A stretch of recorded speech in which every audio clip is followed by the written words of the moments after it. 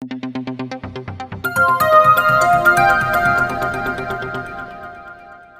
केम छो दर्शक मित्रों અને સ્વાગત છે આપણી ચેનલ ગુજ્જુ ઇન્ફોર્મરમાં। તો દર્શક મિત્રો, આજે આપણે વાત કરવાના છીએ સરકારની એક યોજના વિશે મિત્રો। અને આ યોજના એવા લોકો માટે છે જેમની પાસે પોતાનું ઘર નથી અને જેઓ ઘર ખરીદવા માગે છે મિત્રો।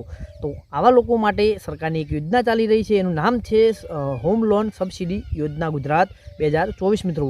તો આ યોજના વિશે વધુ માહિતી મેળવીએ। શું છે આ યોજના? તો ગુજરાત દરેક મધ્યમવર્ગીય જે પરિવારો છે તે પોતાનું ઘરનું ઘર મળી રહે તે માટે સરકાર દ્વારા છે ઘણી બધી યોજનાઓ જે છે અમલમાં મૂકવામાં આવેલી છે, અને જેના મારફતે ઓછા વ્યાજ દરે જે છે બેંક મારફતે હોમ લોન મેળવી શકે અને સમયોગી તથા જે બાંધકામ ક્ષેત્રે સંકળાયેલા જે લોકો છે તે પોતાનું ઘર વસાવી શકે એ માટે હોમ લોન સબસિડી ગુજરાત યોજના 2024 છે, એના હેઠળ બેંકની લોન પર સબસિડી આપવામાં આવે છે મિત્રો। તો આ છે હોમ લોન સબસિડી યોજના ગુજરાત માટેની 2024ની આ યોજના છે મિત્રો, જે સરકાર દ્વારા ચલાવવામાં આવી રહી છે મિત્રો। તો એના વિશે સંપૂર્ણ આગળ માહિતી મેળવીએ કે શું છે માહિતી, કેવી રીતે લાભ લેવાનો છે, શું છે પાત્રતા, એની સંપૂર્ણ માહિતી આપણે આજે વિડીયોમાં આપવાના છીએ। તો ચાલો જાણીએ કે શું છે આ લોનની જે સબસિડી યોજના છે એની માહિતી મિત્રો। તો સૌથી પહેલાં તો વાત કરીએ મિત્રો કે આ હોમ લોન સબસિડી યોજના છે મિત્રો, એના માટે લાભાર્થીની પાત્રતાઓ શું હોવી જોઈએ મિત્રો, તો એ જાણી લઈએ। તો એ છે ઘર ખરીદવા માટે હોમ લોન સબસિડી યોજના હેઠળ સમયોગી બાંધકામ ક્ષેત્રે સંકળાયેલા લોકો તથા કારખાનામાં જે કામ કરતા પરિવારોને આ યોજના હેઠળનો લાભ મળવાપાત્ર થશે મિત્રો। અને સમયોગી સતત ઓછામાં ઓછા 1 વર્ષ સુધી કંપનીમાં કામ કરતા હોય જોઈએ, અથવા તો તેઓ લેબર વેલફેર ફંડ સમયોગી કલ્યાણ બોર્ડમાં જમા થતો હોવો જોઈએ મિત્રો। લાભાર્થી અરજદાર સમયોગી કલ્યાણ બોર્ડ દ્વારા અપાયેલ ઓળખપત્ર, ઈ નિર્માણ કાર્ડ કે ઈ શ્રમ કાર્ડ ધરાવતા હોવા જોઈએ મિત્રો। તો આ એની પાત્રતાઓ છે, એમને આ લાભ મળશે મિત્રો।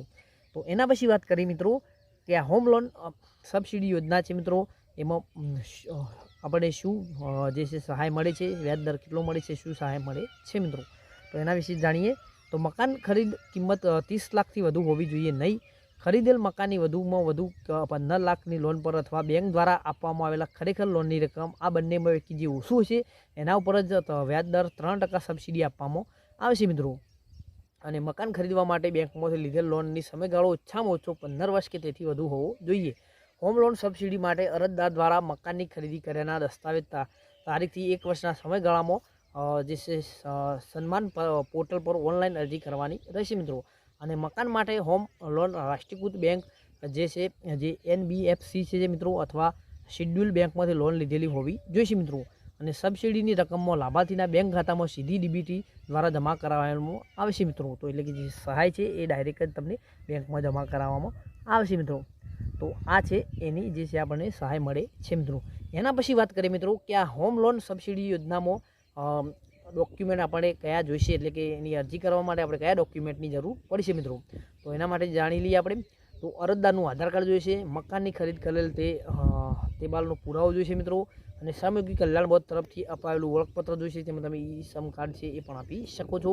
રહેઠાણનો પુરાવો જોઈશે, બોનાફાઇડ પ્રમાણપત્ર જોઈશે મિત્રો, બેંક ખાતાની વિગતો જોઈશે, અરજદારનો ફોટો જોઈશે, બેંકમાંથી લીધેલા લોનની પુરાવા જોઈશે, સ્વઘોષણાપત્ર જોઈશે, સામૂહિક કલ્યાણ બોર્ડ તરફથી જે માગવામાં આવે તે અન્ય દસ્તાવેજો પણ રજૂ કરવાના રહેશે મિત્રો। તો આ જે બધા ડોક્યુમેન્ટ છે આપણે રજૂ કરવાના રહેશે। જો તમારે આ યોજનાનો લાભ લેવો હોય તો તમારે આ બધા ડોક્યુમેન્ટની જે છે એ જરૂર પડશે મિત્રો। તો એના પછી વાત કરીએ મિત્રો કે આપણે હોમ લોન સબસિડી યોજનાની આપણે અરજી કરવી હોય તો કેવી રીતે કરવાની છે એના વિશે જાણીએ મિત્રો। તો આ યોજનાની અરજી છે મિત્રો આપણે ઓનલાઈન કરવાની છે। તો એની માટે આપણે સન્માન પોર્ટલ ગવર્મેન્ટની જે ઓફિશિયલ વેબસાઇટ છે એના પર તમારે જઈને એનું જે છે રજિસ્ટ્રેશન કરી અને તેમાં અરજી કરવાની છે મિત્રો। જો તમને આ અરજી ઓનલાઈન કરતાં ના ભાવતી તો તમારા જે ગામ કે સિટી હોય ત્યાં જઈને તમે એનું ગ્રામ પંચાયત, મામલતદાર કચેરી હોય, જે તાલુકા પંચાયત હોય ત્યાં જઈને તમે પણ વીસી પાસે જઈને તમે છે આ અરજી કરાવી શકો છો। અથવા તો તમે કોઈ પણ જે ઓનલાઈનનું કામ કરતા હોય, સાયબરગ્રાફી હોય, જે ઓનલાઈનમાં ફોર્મ ભરતા હોય એમની પાસે જઈને પણ તમે આ ફોર્મ છે એ ભરાવી શકો છો અને અરજી કરી શકો છો મિત્રો। તો આ હતી આપણી જે હોમ લોન યોજનામાં જે સબસિડી મળે છે એની યોજનાની માહિતી મિત્રો। તો જો તમને આ માહિતી પસંદ આવી હોય તો વિડીયોને લાઇક કરો, શેર કરો અને આપણી ચેનલ ગુજ્જુ ઇન્ફોર્મને સબસ્ક્રાઈબ કરો, જેથી આવી અવનવી માહિતી તમને આપતા રહે અને તમે આ યોજનાનો લાભ લેતા રહો મિત્રો। અને આ જે યોજના છે એને તમારા બીજા મિત્રોને પણ જાણ કરો, જેથી તેમને પણ જરૂર હોય તો તે પણ જે છે અરજી કરી શકે અને સબસિડી મેળવી શકે મિત્રો। તો વિડીયો જોવા માટે તમારો ખૂબ ખૂબ આભાર।